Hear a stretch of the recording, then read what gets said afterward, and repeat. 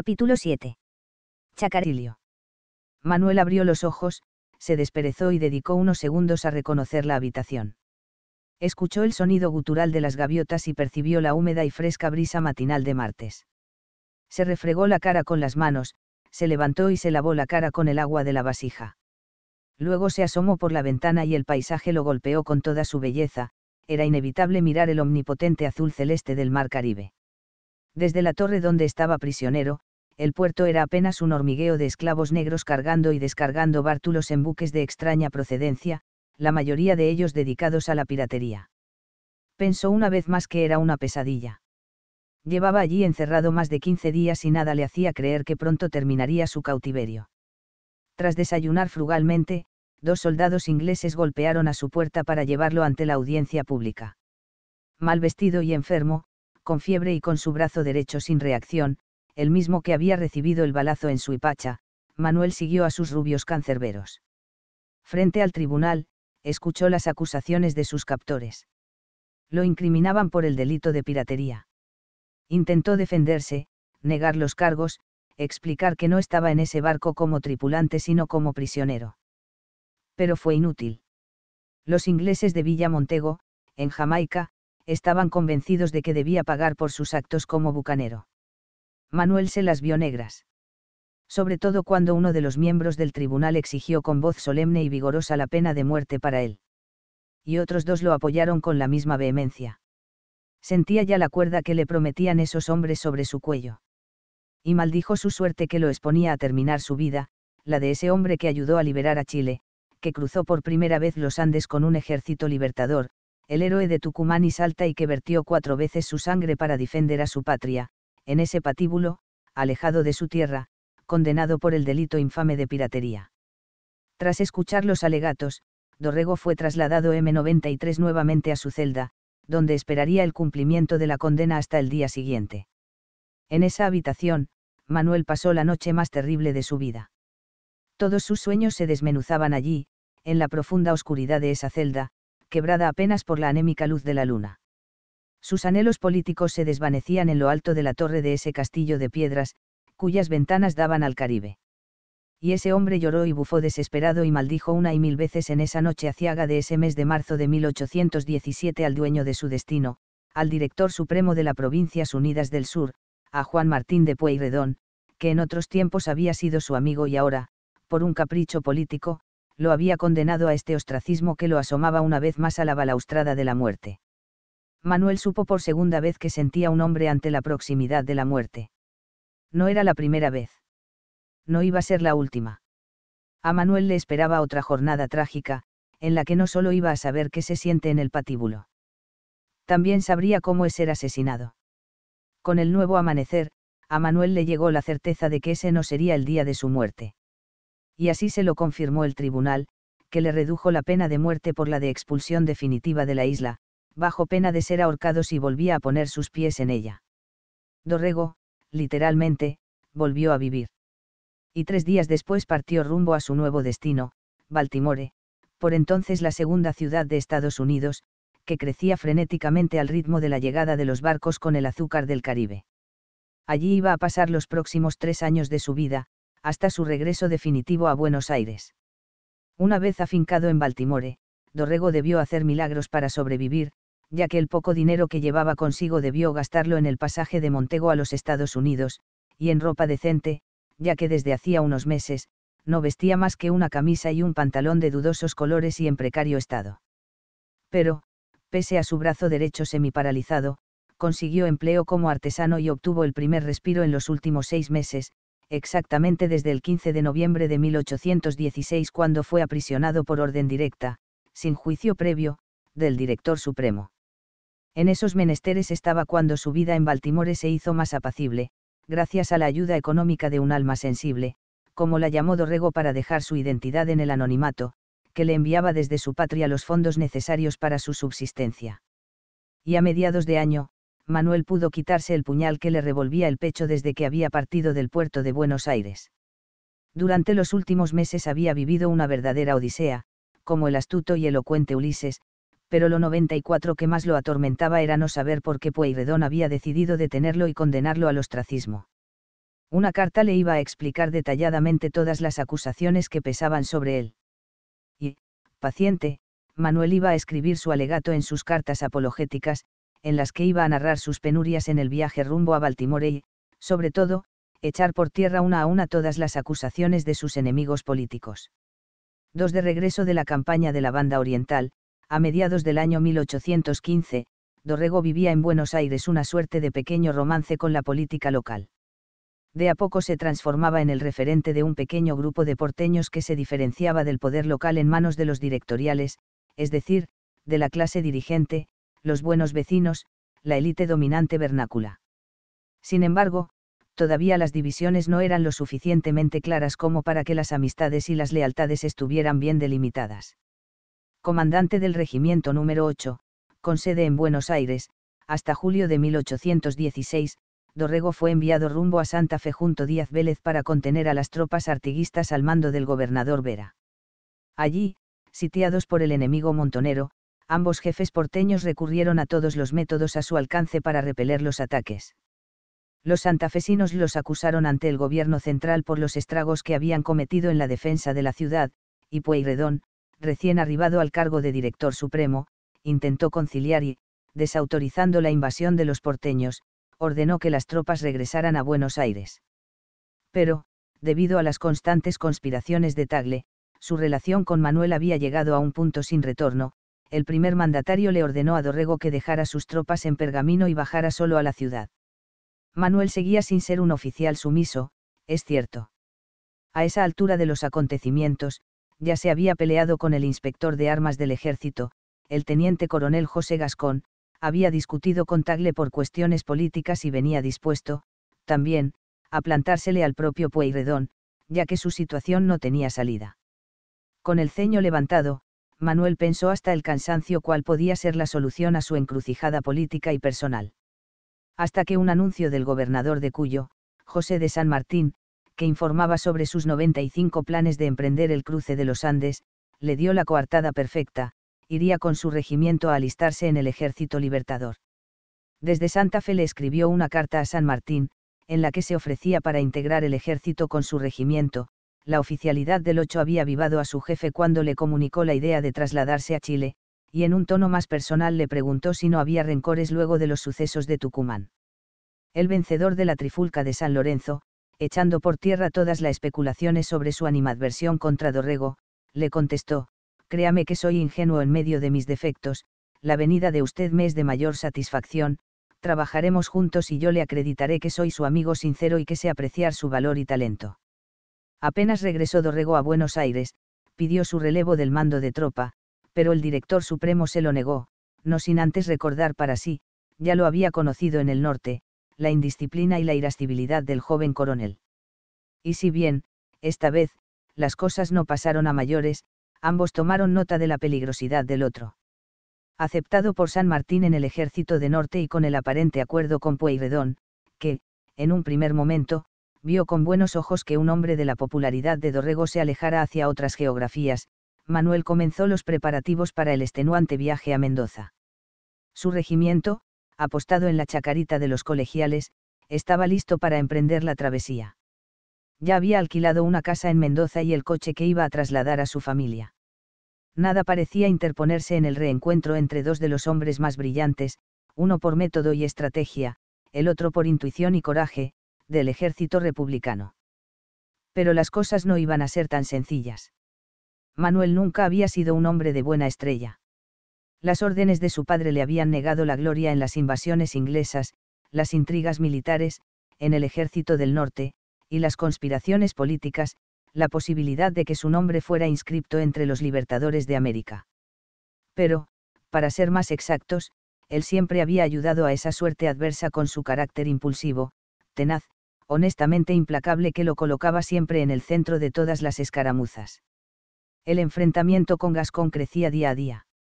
El inspector de armas llevaba a Dorrego entre ceja y ceja y pensaba hacerle pagar caro sus desobediencias y plantones. Pero no solo llevaba esas actitudes de Manuel en el recuerdo, tenía bien archivadas y documentadas cada una de las ofensas del coronel.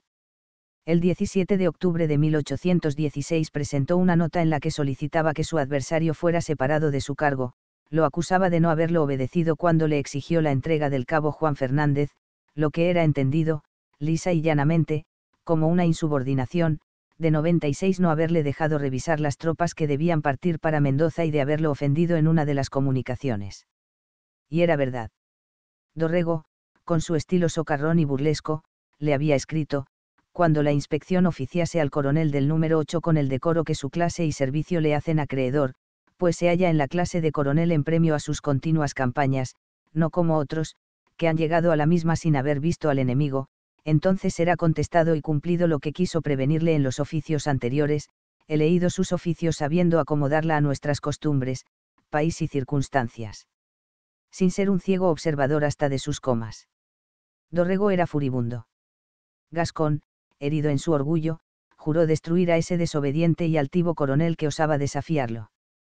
Una vez más, Manuel ponía por delante su nobleza en los actos más que la nobleza de sangre y su heredera predilecta, la nobleza de la burocracia.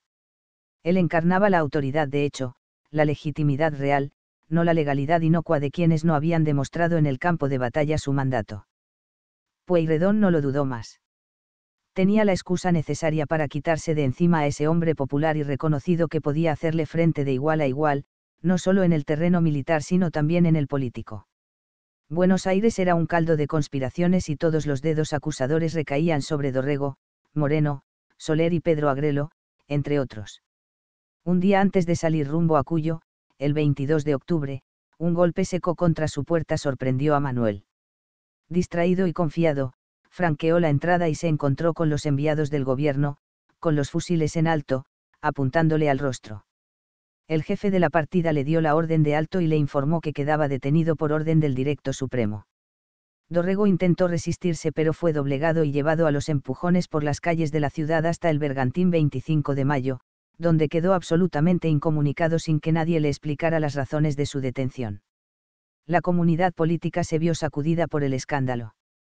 El principal hombre de la oposición, al menos el que mayor reconocimiento militar había alcanzado, y se sabe que por aquellas épocas la milicia y la política eran la misma cosa, había sido arrestado arbitrariamente por el flamante Director Supremo. Un día después, el ministro de Guerra, Juan Florencio Terrada, le ordenó a Gascón que pusiera al mando del 8 al coronel Luciano Montes de Oca, disposición que el inspector de armas cumplió solícito y servicial, como quien clausura con placer una venganza. Dorrego ya había sido eliminado del horizonte político y militar de la ciudad. Ni siquiera la petición de los oficiales del regimiento, mediante la cual pedían la 97 restitución de su jefe, o que por lo menos no se lo castigara sin el debido proceso, hizo mella sobre Pueyrredón y los suyos. Nos ha causado la mayor sorpresa la noticia de la prisión de nuestro coronel, aquel jefe ha sido el terror del enemigo y salvaguardia del Estado, estábamos persuadidos que, bajo su dirección, no necesitábamos poner de nuestra parte más que la obediencia, para caminar al triunfo.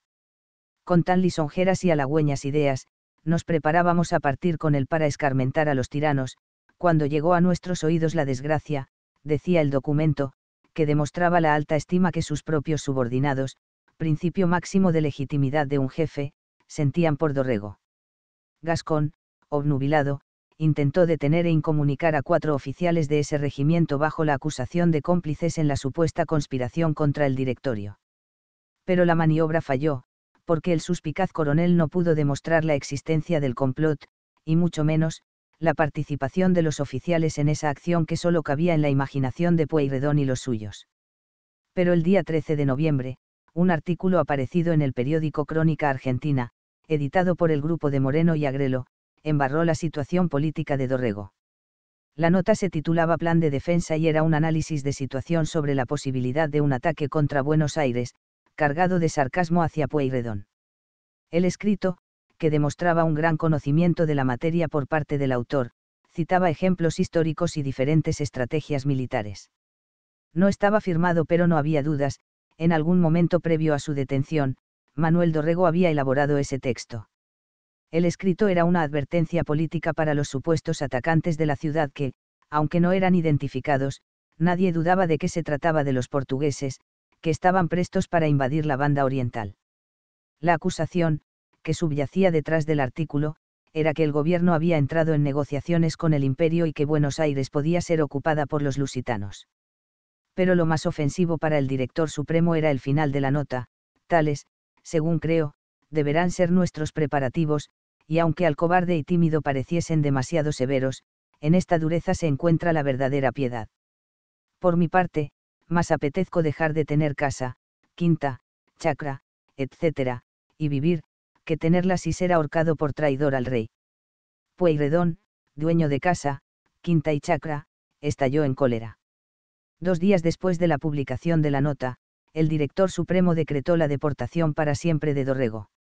Obviamente, en ese documento no aparecían las verdaderas razones de por qué el coronel era sentenciado a la peor de las condenas, siendo tan criminales y escandalosos los actos de 98 insubordinación y altanería con que el coronel don Manuel Dorrego ha marcado sus servicios en la carrera militar, debiendo a ello que el señor brigadier Manuel Belgrano lo separase confinado, en 1813, del Ejército Auxiliar del Perú, y en 1814 hiciese igual demostración el general en jefe del Ejército de Cuyo, don José de San Martín, de que existen antecedentes justificados en la Secretaría de Guerra, sin que hayan bastado a contener su genio díscolo y tumultuario, las suaves prevenciones de sus jefes, ni la seria y formal reprensión que recibió del gobierno, cuando por iguales causas se quejó el señor brigadier don Miguel de Azcuénaga, y lo que es más criminal, llegando a amenazar con audacia la misma autoridad suprema de los pueblos de que se pasaría a la montonera si no le otorgaba sus pretensiones, negarse al reconocimiento del inspector general,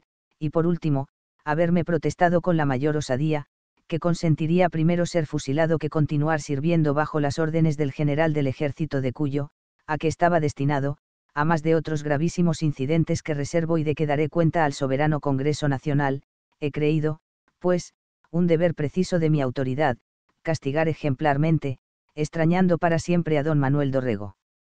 Horas después, Pueyrredón firmó otro decreto que, para atemperar los efectos que el anterior había producido en la opinión pública, reconoció los recomendables servicios que prestó a su país durante la gloriosa Revolución, le mantuvo su rango de coronel y los auxilios económicos a su familia y otorgó una suma de 500 pesos para sobrellevar su exilio. El 20 de noviembre, Manuel fue transportado de la 25 de mayo a la goleta Corsario Congreso. Si bien su prisión había sido dura, sus amigos y sus familiares lo habían visitado libremente durante los días de cautiverio. El único problema que había debido enfrentar, hasta ese momento, había sido un cuadro de fiebre y descompostura general agravado por el hecho de que el gobierno no permitió que se le prestara asistencia médica. En la cubierta de la goleta Congreso, Manuel conoció a su capitán José Almeida, el amable pero displicente Caronte de su destierro. Llevaba solo su uniforme, ya que el gobierno no lo había dejado ir a su casa a buscar algo de ropa y sus efectos personales. Desde la cubierta del buque, Dorrego, con apenas lo puesto, saludaba a sus amigos y familiares, a quienes no vería durante los próximos 4 años. 99 Almeida dio la voz y, rápidamente, se izaron las velas rumbo a Santo Domingo, la ciudad más importante en los primeros años de la conquista de América, pero que en el siglo XIX era casi una condena a muerte. Fundada entre 1494 y 1498 por el adelantado Bartolomé Colón, hermano del gran almirante Cristóbal, sirvió como modelo de edificación para las demás ciudades coloniales. Fue la plaza más dinámica del Caribe y la primera de América en contar con una construcción militar, la fortaleza Ozama, un hospital, San Nicolás de Bari, un monasterio, el de San Francisco, una catedral, y la primera universidad fundada en estas tierras, llamada Santo Tomás de Aquino, por la que se conoció a Santo Domingo como la Atenas del Nuevo Mundo. Pero Dorrego no tenía una visión tan idílica de esa isla. En una de sus cartas apologéticas, enviadas ya desde Baltimore, escribió: su temperamento es tan mortífero que el año que solo mueren la mitad de los que arriban a ella se llama excelente, los negros conservan su irreconciliable odio a los blancos, en tales términos, que a las 12 del día le quitan a uno el sombrero, el dinero o el vestido. Alexandre Petion, un mulato republicano que gobernaba el sur de la isla y que confiaba en el proyecto bolivariano de una América unida, que es el más racional, reputa a los americanos del sur como piratas, toma sus presas, se apodera de sus corsarios, y conserva en prisión a sus tripulaciones. Ya en alta mar, Manuel, un hombre de pie en tierra, comenzó a sufrir el mal de los marineros, mareos, vómitos, fiebre, alucinaciones. Los primeros 2 días los pasó en su camarote, sin poder moverse de la cama, hasta que el tercero salió a cubierta a contemplar con sus propios ojos la inmensidad devoradora del océano. Allí se volvió a encontrar con Almeida, un hombre de mar, experimentado en surcar las aguas del sur, distante aunque de buen trato y siempre dispuesto a la charla amena y franca. El capitán le mostró a Manuel la documentación oficial que debía entregar a Petión y le dio los 500 pesos otorgados por decreto. Además, le hizo una confesión que estremeció al exiliado: Dorrego, a decirle verdad, no encuentro mucho deseo en atracar en Santo Domingo.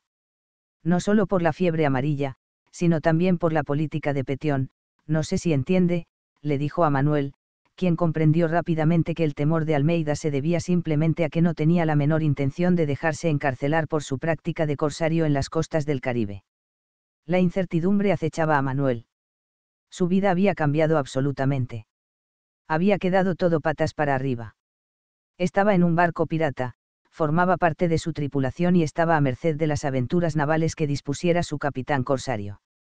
Como la de ese día de insoportable calor, en pleno diciembre, que en aguas del norte del Brasil, la 100 Congreso abordó a sangre y fuego una pequeña embarcación de bandera española. Como era costumbre en esa época, Almeida ascendió de grado a uno de sus hombres y lo puso a cargo del buque conquistado. Y allí se le ocurrió la brillante idea de quitarse de encima al tripulante estorbo para no tener que desembarcar en Santo Domingo. Dorrego fue trasbordado al bergantín. Pero una vez más la suerte no estuvo de su lado. Ambicioso como pocos, el nuevo capitán decidió hacer unos trabajos extra por su cuenta y se dedicó a asolar las costas de Jamaica. Los ingleses, dueños absolutos de todos los mares, atacaron el bergantín cerca de la isla de Jamaica y lo escoltaron hasta la villa de Montego, donde fueron apresados todos sus tripulantes. Engrillado una vez más, Dorrego intentó explicar que él no era pirata, que era un desterrado político, que el gobierno de su país lo había condenado al ostracismo injustamente, pero las autoridades inglesas hicieron oídos sordos y lo encerraron finalmente en un calabozo en lo alto de la torre. Corría marzo de 1817 y la época de las tempestades ya castigaba la isla. Manuel sufrió un breve proceso judicial y, finalmente, tras la conmutación de su pena de muerte, 20 días después, consiguió embarcarse rumbo a la ciudad de Baltimore, última escala de su odisea marítima. En Baltimore, Dorrego vivió jornadas de verdadera desesperación. Los 500 pesos que tenía en su poder los gastó en el pasaje, en el alojamiento y en unas pocas ropas que compró para poder deshacerse del uniforme raído y desmenuzado por el viento del mar, los camarotes húmedos y los calabozos pringosos. Pero pronto recibió noticias de Buenos Aires, no solo la ayuda económica, sino también 2 cartas de su amigo, el general Antonio González Balcarce, que, entre otras cosas, le transmitió las razones argumentadas por Pueyrredón para justificar la medida. Manuel estalló de impotencia y escribió sus 2 cartas apologéticas en las cuales se defendía de los cargos que le eran imputados. Con el paso del tiempo, su situación comenzó a mejorar. En Estados Unidos, estudió la formación federal del país y tejió lazos políticos con algunos de los principales hombres de la ciudad. Y a los pocos meses de estadía, su exilio se convertiría en una reunión de amigos. Ensoberbecido, Pueyrredón y los suyos iban a profundizar la represión y persecución de sus adversarios políticos. Ya no tolerarían el más mínimo disenso, ni siquiera a los periódicos de la época. De esa manera, fueron llegando a Baltimore como exiliados los escritores públicos, así se llamaba a los periodistas en aquellos tiempos, de la crónica argentina.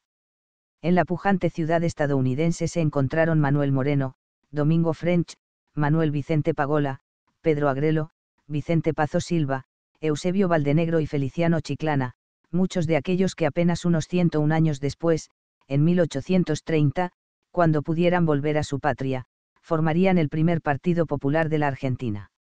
De su estadía en Baltimore poco se sabe.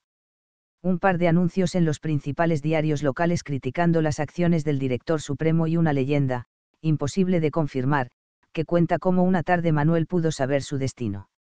Desesperado, triste, con la nostalgia que solo pueden experimentar los exiliados, Dorrego consultó a una pitonisa negra para saber si alguna vez iba a poder pisar nuevamente su tierra.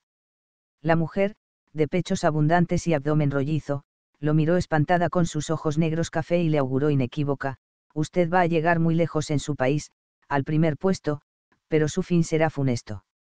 4. El destierro fue una de las experiencias más enriquecedoras para Manuel Dorrego. No solo le aplacó, como si de una variedad del purgatorio se tratara, las rebeldías juveniles, sino que también le permitió encontrar una maduración en sus ideas políticas y, sobre todo, templar la nobleza de su espíritu. Quien volvió en abril de 1820 a esa aldea del sur del mundo que se llama Buenos Aires, ya no era ese muchacho desprevenido y díscolo, ese joven orgulloso y engreído, capaz de rebelarse, desobedecer y desautorizar a sus superiores por nimiedades. Manuel volvió escarmentado. Por sus venas seguían corriendo gotas de sangre jacobina y en su alma se batía contra las injusticias ese soldado de la Revolución Republicana, pero ya no era el mismo. Manuel volvió hecho un hombre político. Además había salido al mundo. Había conocido el norte, que vivía tiempos agitadísimos a medida que se derrumbaba el imperio construido por Enrique VIII, ese hombre que le había quitado la soberanía política a la Iglesia Católica. Y los sucesos sacudían también a la península ibérica, ya que, en 1813, José Bonaparte abandonaba definitivamente Madrid y unos meses después concluía la Guerra de la Independencia, cuando Napoleón obligó a abdicar a su hermano de la corona de España. Claro que mientras la corte de Cádiz se sacudía la opresión francesa, en América, el sacerdote José María Morelos declaraba formalmente la independencia mexicana. Ese mismo año, además, la escritora Jane Austen publicó su bello libro Orgullo y Prejuicio y nacieron el padre del cristianismo desesperado, Søren Kierkegaard, el megalómano músico alemán Richard Wagner y el autor de 102 óperas entrañables, Giuseppe Verdi. El año siguiente marcó el inicio de la restauración monárquica en el viejo continente. Fernando VII, que en su juventud había coqueteado con el liberalismo, volvió del exilio en mayo dispuesto a hacer sentir su poder a quien se le opusiera, por ejemplo a las Cortes de Cádiz, que fueron suspendidas de inmediato. Mientras Goya culminaba su célebre cuadro 2 de mayo, el monarca azuzaba a las colonias con la promesa del envío de un ejército imbatible a tierras americanas.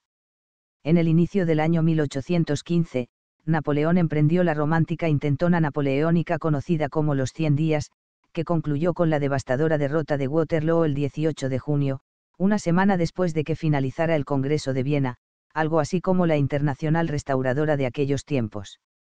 De hecho fue la conferencia multilateral más importante del siglo XIX europeo, ya que puso fin al proceso iniciado en Francia en 1789 y se enfrentó a la serie de revoluciones producidas en 1830 y 1848. Convocada con el objeto de restablecer las fronteras de Europa tras la derrota de Napoleón y reorganizar la forma e ideología política del antiguo régimen, la reunión se realizó entre el 1 de octubre de 1814 y el 9 de junio de 1815. Los acuerdos, que redistribuyeron el mapa territorial y político del continente, tuvieron vigencia prácticamente hasta el final de la Primera Guerra Mundial. Los principales referentes del encuentro fueron el emperador de Austria Francisco I, Clemens von Metternich, que presidió la conferencia, Charles Maurice de Talleyrand, que actuaba en representación de Luis XVIII, el zar Alejandro I de Rusia y los representantes del Reino Unido, primero Lord Castlereagh y luego el duque de Wellington. Como corolario del proceso, el 26 de septiembre se firmó el Tratado de la Santa Alianza por el cual Francisco I de Austria, el rey Federico Guillermo III de Prusia y el zar Alejandro I de Rusia declararon su firme resolución de utilizar como única regla de gobierno, tanto en asuntos internos como externos, los principios de la religión cristiana, justicia, amor y paz. Como consecuencia, los gobernantes declararon su mutua fraternidad, fórmula que en la práctica representó un acuerdo ofensivo y defensivo, ya que fue reemplazado por la cuádruple alianza con el ingreso de Inglaterra. En 1818 se sumó Francia y se hizo quíntuple, que permitía la intervención militar en cualquier país contra cualquier movimiento liberal y revolucionario. Nacía así la Europa de los Congresos, la peor noticia para las repúblicas americanas, entre ellas, la de Estados Unidos, que en Connecticut puso en práctica por primera vez el sufragio universal. 103 Pero por esos años también hubo buenas noticias. El francés René Laennec inventó el estetoscopio, George Hegel publicó su libro Ciencia de la Lógica, Rossini presentó en Roma El Barbero de Sevilla, la escritora Mary Shelley editó su impresionante obra Frankenstein, o El Prometeo moderno, España fundó el Museo del Prado y nació, el 5 de mayo de 1818, el filósofo, sociólogo, economista y pensador socialista alemán, Karl Marx. De ese mundo regresó Manuel en 1830. Pero todavía resta develar un misterio, antes de hablar de regresos. Aún falta desentrañar por qué el director supremo decidió condenarlo al ostracismo, conocer las causas verdaderas, no las esgrimidas en papeles ya ajados, sino las que todavía repercuten en el suceder de la historia argentina y que marcan una forma de hacer política que se reconoce a lo largo del tiempo. Y las razones que llevaron a Pueyrredón a extrañar a Dorrego poco tienen que ver con las insubordinaciones y desobediencias militares. Se deben a una sola causa y es política. Manuel era el principal referente de un grupo político que pensaba sublevarse contra el poder de los directoriales. Pero no se trataba de una facción contrarrevolucionaria ni españolista, sino de una corriente de opinión que quería recuperar el espíritu de Mayo y extenderlo al resto de las provincias en igualdad de condiciones. Propugnaban que la capital de las Provincias Unidas se trasladara a Tucumán y que Buenos Aires recuperara su autonomía en un pie de igualdad respecto de las otras provincias. Sin embargo, ese tampoco era el bastión por el cual se debatía. Pueyrredón, jefe de la logia Lautaro, había decidido darle todo el apoyo a San Martín para que realizara la expedición a Chile y Perú. Pero había decidido, también, sacrificar la banda oriental en manos de los portugueses, que una vez más pretendían extender su territorio hasta el río Uruguay, para acabar con el liderazgo molesto de Artigas. Claramente, el poder central porteño anteponía, una vez más, sus propios intereses a la unidad e integridad de todo el territorio de las Provincias Unidas. En agosto de 1816, las tropas del rey Juan VI estaban apostadas sobre la frontera oriental de Uruguay, listas para penetrar en el territorio de las Provincias Unidas. Finalmente, el 19 de septiembre, al mando de Carlos Federico Lecor, barón de la Laguna, invadió el territorio argentino con una tropa de 10.500 soldados. Pueyrredón envió al coronel 104 Nicolás de Bedia con un documento en el cual reclamaba el cumplimiento del Tratado Herrera-Rademacher, alegando que la desobediencia accidental de Artigas no implicaba la separación de la banda oriental, sino que era un problema interno. La respuesta de los portugueses fue continuar su marcha y atacar las partidas y las tropas artiguistas que le presentaran batalla. En pocos meses, Montevideo, Maldonado y Colonia quedaron a merced de los invasores. Mientras tanto, Pueyrredón recibía órdenes del Congreso de Tucumán de negociar a cualquier costo con el enemigo, por un lado, el reconocimiento de la independencia argentina y, por el otro, una solución pacífica al conflicto oriental, aun cuando esto significara la cesión del territorio a la corona portuguesa. Claro que la cuestión era un poco más compleja que una simple felonía. El gobierno central porteño estaba costeando prácticamente en soledad la guerra de la independencia, ya que la mayoría de los ingresos provenían de la aduana y eran destinados al ejército de los Andes, porque la prioridad principal para la logia Lautaro era vencer a los godos. Al mismo tiempo, la organización nacional requería de una fuerte autoridad para controlar a las provincias, cuya natural disposición tendía a la autonomía cuando no a la secesión, como era el caso de la provincia del Paraguay, en 1811, y la banda oriental con los planteos artiguistas. Es cierto que Artigas no buscaba la independencia del gobierno porteño, aun cuando intentó armar el protectorado de los pueblos libres, sino que tenía una visión más amplia, americanista y popular que los líderes porteños. En Buenos Aires, el sector encabezado por Dorrego ya comenzaba a reflexionar y a rever su actitud política sobre el caudillo oriental. Pero las ironías de la historia, los desencuentros personales y una mirada estrecha por parte de los políticos de ambos lados del Uruguay se conjugaron para que los imperiales, quienes sí tenían clara su política, se llevaran todo el premio. Y es justamente la amenaza de la invasión portuguesa la causa verdadera por la cual los logistas, Pueyrredón, sobre todo por influencia de Tagle, deciden desterrar a Dorrego. La verdadera historia comienza antes de su viaje al ejército de observación en Santa Fe. Tras la caída de Balcarce, Tagle se convirtió en el hombre fuerte del directorio, hasta la llegada de Pueyrredón.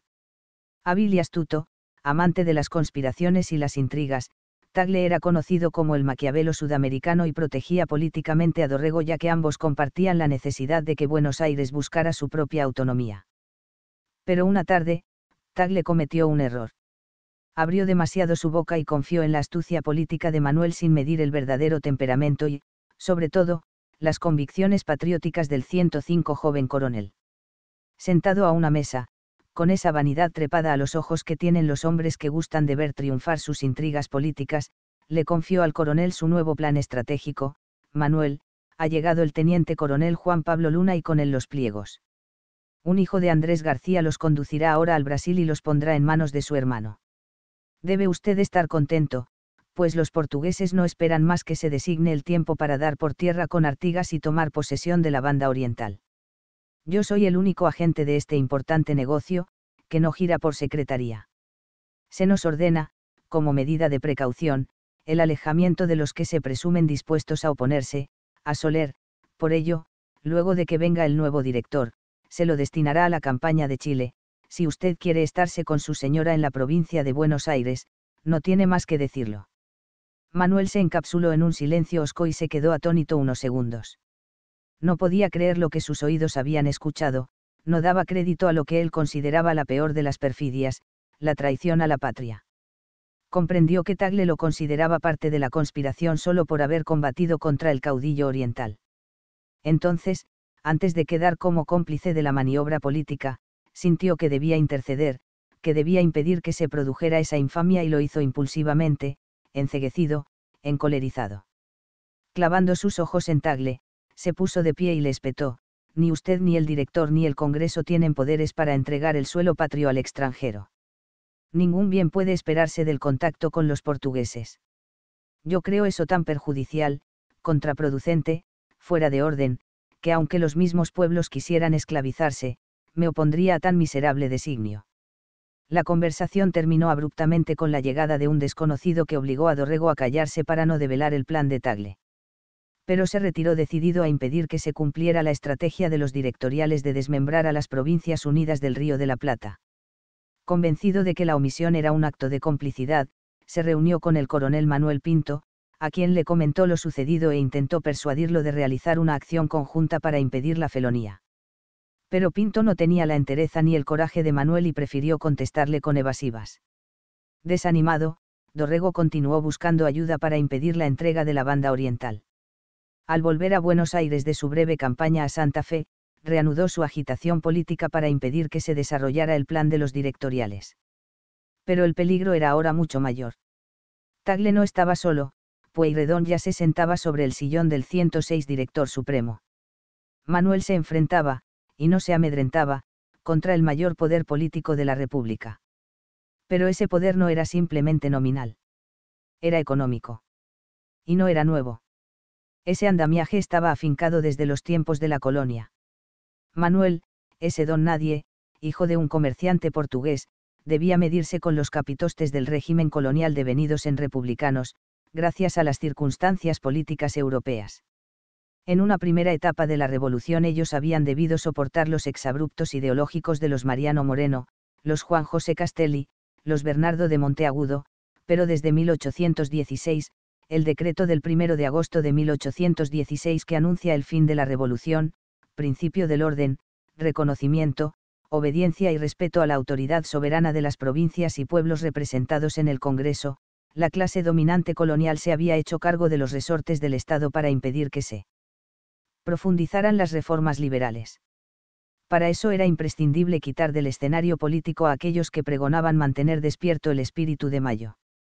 Obviamente, las cosas no eran tan esquemáticas, y por encima de estas líneas ideológicas también se montaba la necesidad de estructurar la administración y la institucionalidad del Estado.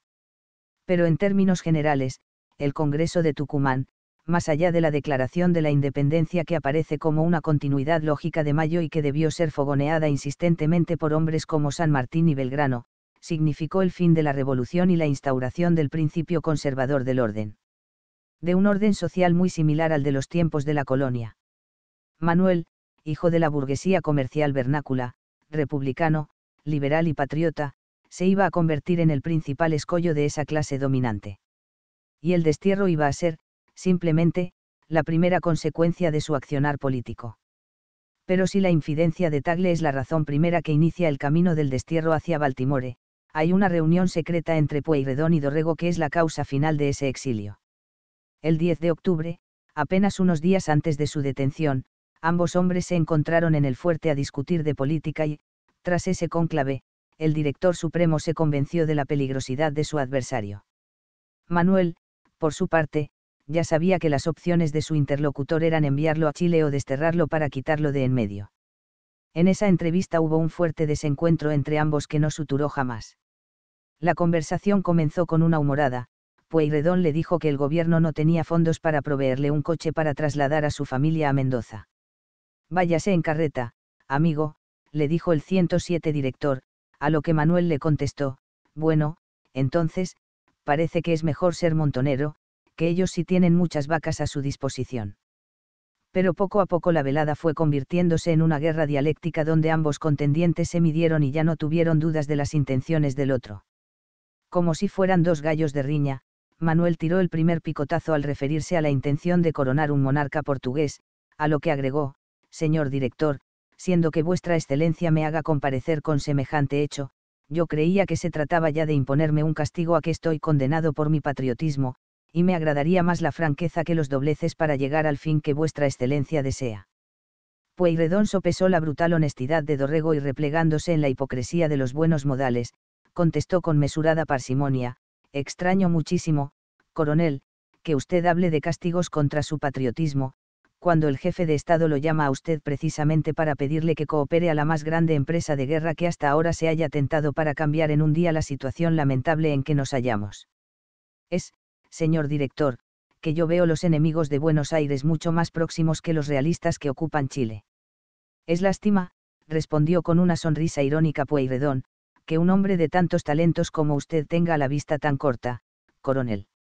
En todo caso, los pueblos soberanos han depositado su confianza en mi juicio, le han impuesto a usted el deber de obedecer mi autoridad, y cuando nosotros creemos que es en Chile donde nuestras armas deben ir a resolver esos mismos peligros que usted ve tan cerca, es el deber de un oficial tan bravo y experimentado como el coronel Dorrego marchar a los campos de batalla donde sus compañeros necesitan de su cooperación y su experiencia. Vuestra excelencia puede disponer del cuerpo que yo mando pero no de mi persona. El gobierno puede destituirme, y quedaré libre para servir la causa donde soy más necesario, y donde probaré a mi patria que no son los riesgos ni los sacrificios lo que yo esquivo, subió la apuesta Manuel. Coronel, no le entiendo a usted. Pero tranquilice un poco su ánimo y dispóngase a que seamos amigos. Nos vamos a entender. Usted le tiene antipatía y miedo al general San Martín, yo no tengo miedo a nada ni a nadie, señor director, interrumpió, pero le tengo odio al despotismo, y mucho más cuando es jesuítico e inquisitorial. En ese caso lo combato, pero nadie logrará que me 108 someta a él. Coronel, la campaña de Chile es indispensable, el gobierno está resuelto a emprenderla dentro de 2 meses. Vaya usted allá, aunque no sea más que mientras nuestras tropas ensayan los primeros encuentros con los opresores y tientan los primeros pasos de la fortuna. El gobierno está resuelto a hacerse obedecer, y usted comprende bien cuáles serían las consecuencias si tenemos que estrellarnos en esta contienda. Entonces, Manuel cometió el error de todo hombre noble, bajó todas las cartas de su juego y fue frontal con Pueyrredón, error que se paga carísimo en el ambiente político, señor director, puesto que, por lo que veo, quiere dar fin a esta conferencia, como yo también lo deseo, me permitirá que le diga cómo veo yo las cosas, cómo entiendo mis deberes y cómo obraré, los portugueses, aliados con los españoles y preparándoles el camino para la restauración de la monarquía, de acuerdo según ellos. Dicen con los traidores de aquí dentro, vienen con 10.000 hombres de tropas veteranas a situarse a nuestras barbas. Ellos piensan que dando un paso más dominarán y humillarán nuestra capital, donde se dice que los espera con los brazos abiertos una logia jesuítica de traidores. Yo no comprendo cómo vuestra excelencia, obligado a vigilar estas iniquidades, por esa misma confianza que han hecho los pueblos de su persona, piensa en desguarnecer la capital tan aprisa y en tales momentos, para comprometer nuestras mejores tropas en una expedición quijotesca y desventurada. Coronel, estudie usted sus palabras. Reflejan mis opiniones, señor director, y me ha dicho que he sido llamado a conferenciarlas.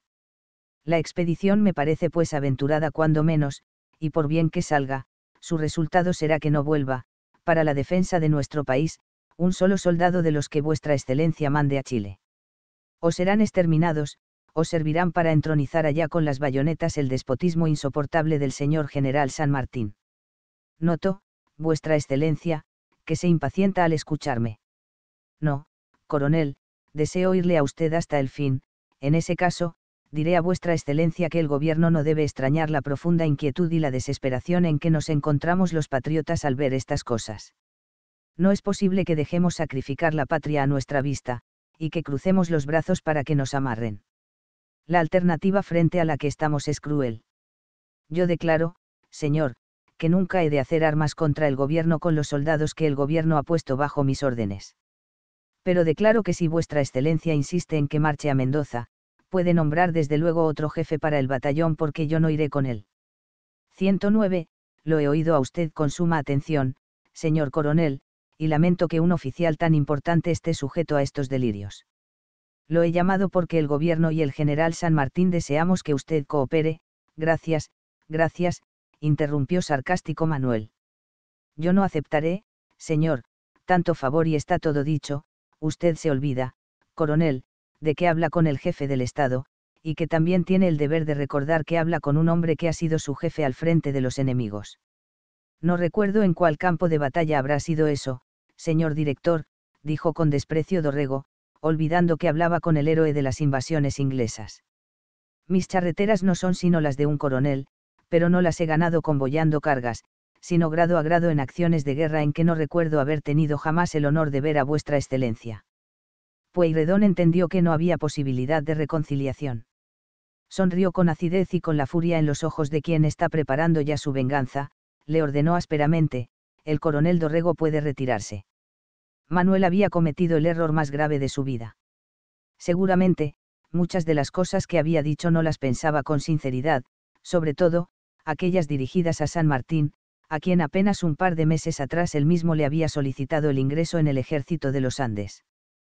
Pero el devenir político lo encegueció y supuso que todos formaban parte de esa gran conspiración. Pueyrredón acusó a Dorrego de contestarle: prefiero ser fusilado antes que marchar junto a San Martín, y le escribió a este, 4 días después de la reunión, que Dorrego es malo, malísimo, jamás vivirá en orden y ya es insufrible entre los amigos. Una vez más, Dorrego era el loco Dorrego. Meses después, ya en Baltimore, Manuel escribió una carta en la que explicaba sus dichos: con tanto ahínco se trata de cargar de odiosidad mi nombre que por conclusión se finge un hecho que debe exaltar al público. Cito ante el Ser Supremo, a quien me calumnia, tratando de indisponerme con el general San Martín, diga ese señor director ante quién, cuándo y a qué hora, o con qué incidente le he protestado el que primero sería fusilado, que marchara aquel ejército.